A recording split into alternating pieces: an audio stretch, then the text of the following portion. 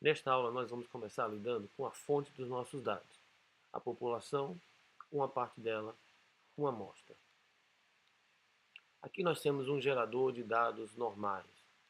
À medida que essas esferas vão caindo e ficando lá embaixo, o pesquisador vai registrando dado de uma amostra. Então, à medida que o tempo vai passando, ele vai registrando um número maior de dados das amostras com esses valores centrais, com os valores periféricos baixos à esquerda, os valores periféricos baixos à direita. À medida que ele vai coletando mais e mais dados, essa distribuição da frequência dos dados vai ficando parecida com o que a gente vai ver no próximo slide.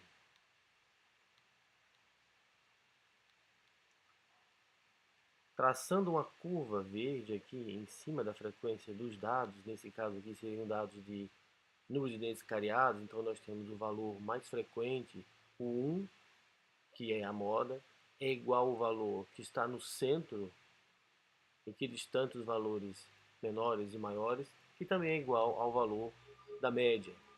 Ao traçar uma linha aqui, nós temos esse formato dessa distribuição chamada de distribuição normal, ou distribuição gaussiana, ou distribuição tipo sino, ou distribuição tipo Z.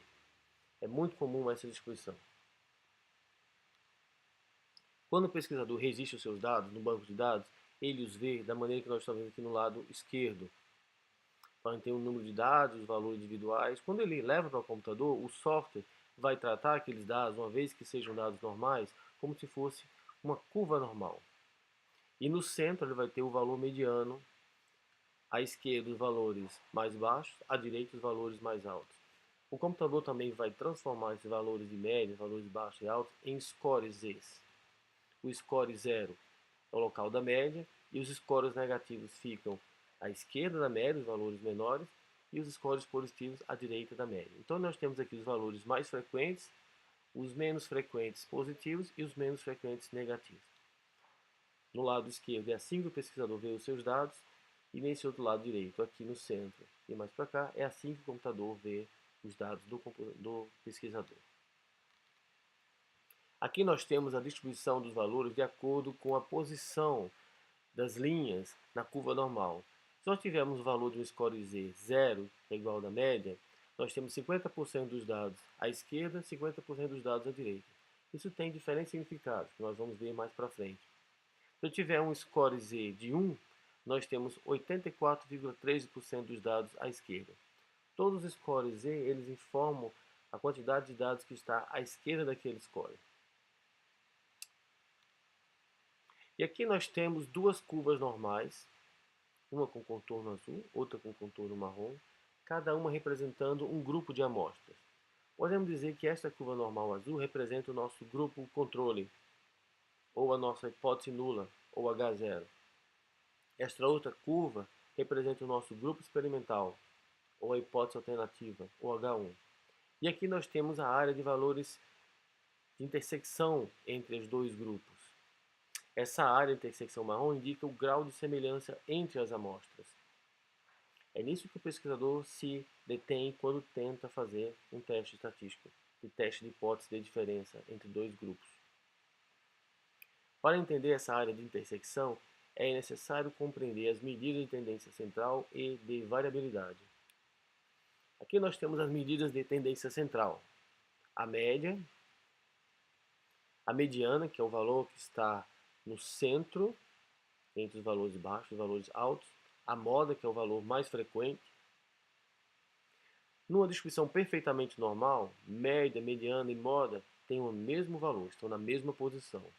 À medida que alguma simetria é encontrada nos dados, nós podemos ter a moda numa posição diferente da mediana, diferente da posição da média. E aqui nós temos as medidas de variabilidade. O desvio padrão, que descreve quantos valores do conjunto divergem da média da amostra. A variância, que é o desvio padrão ao quadrado.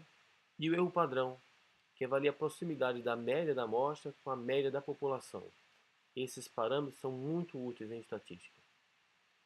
E aqui nós temos equações para cálculos da variância na população, na amostra desvio padrão na população e na amostra. Aqui embaixo temos um exemplo de como a média pode ser computada deste conjunto de dados. 1, 2, 3, 4. Então a média 2,5. A variância para a amostra é de 1,667. O desvio padrão 1,291. E o erro padrão é o desvio padrão pela raiz quadrada do tamanho amostral, que no caso aqui é 4. Vamos exercitar essas equações nos exercícios desta aula. E aqui nós temos a distribuição das medidas de tendência central e variabilidade para diversos níveis de medida. Podemos ver que no caso da tendência central, a média é o parâmetro mais adequado para dados normais, a mediana é o mais adequado para dados ordinais, a moda para dados nominais e dicotômicos. E no caso da variabilidade, nós temos desvio padrão, o mais adequado para dados normais, distância interquartil, o mais adequado para dados ordinais e número de categorias para dados nominais e dicotômicos. A variabilidade indica o quanto que os valores se espalham além da tendência central. Voltando aqui para os nossos dois grupos e a área de intersecção, agora podemos entender melhor. Cada um dos grupos tem um valor central no cume, que é a média, e nós temos variabilidades indo para o lado esquerdo e direito de cada um deles. A nossa área de intersecção ela é separada por um divisor chamado de nível de significância. Esta linha vermelha tracejada é chamada de nível de significância. Ela divide a área de intersecção em erros tipo 1, que é a área azul que está à direita da linha vermelha tracejada, e erro tipo 2, que é a área vermelha que está à esquerda da linha tracejada. Na posição do nível de significância, ela é representada por um score Z, chamado de score Z 1 menos alfa. E aqui nós temos a anatomia da área de intersecção. É um conceito vital em estatística, em biociências, em ciências da saúde. Nós podemos ver duas linhas vermelhas, uma representando o nível de significância, uma linha vermelha representando o nível de significância e uma linha preta representando a média do meu grupo experimental. E aqui nós temos a área de intersecção dividida em três partes. Uma parte vermelha, que é o erro tipo 2. A ela também se soma essa outra parte aqui, no grupo experimental, que está fora da intersecção. Nós temos uma parte cinza, intermediária, e nós temos a parte azul, que é chamada de significância. Não nível de significância, difere do nível de significância. Então, tudo que está aqui à direita da linha vermelha é erro tipo 1 e à esquerda é o erro tipo 2. Isso aqui considerando quando o tamanho amostral é adequado. Para cada um dessas partes da intersecção existe um score Z. Pegando cada um dos grupos, a curva azul, a curva de contorno marrom, nós temos a medida de tendência central, a média da azul, e um outro ponto naquela distribuição. No caso aqui nós temos o segundo ponto aqui. A distância da média do grupo controle para até o limite do erro tipo 1 é chamado de nível de significância. A distância da média do grupo controle para a média do grupo experimental é chamado de significância. E a distância da média do grupo controle para o nível de significância é chamado de erro tipo 2.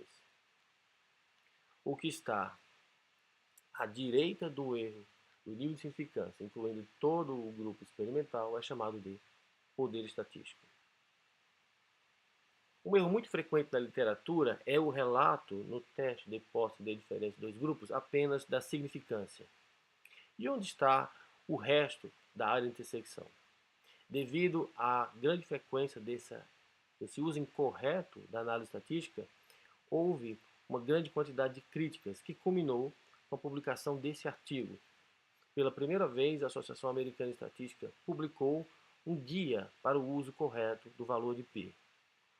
Basicamente, ele diz o que está exemplificado nesse exemplo aqui. Nós temos teste de diferença de dois grupos, cada um representado por uma curva normal, e a distância entre eles é a mesma. Essa distância é chamada de magnitude de efeito, ou tamanho da diferença. E nós vemos aqui, à medida que a gente sai da posição superior, intermediária e inferior, o tamanho amostral aumenta. À medida que o tamanho amostral aumenta, a área de intersecção diminui. Então, para qualquer diferença, uma área de intersecção pequena pode ser obtida com o tamanho amostral adequado. Então, aqui nós temos um erro tipo 1 alto, que muitas pessoas concluem como se os grupos forem semelhantes, mas nada mais é um erro do tamanho amostral pequeno.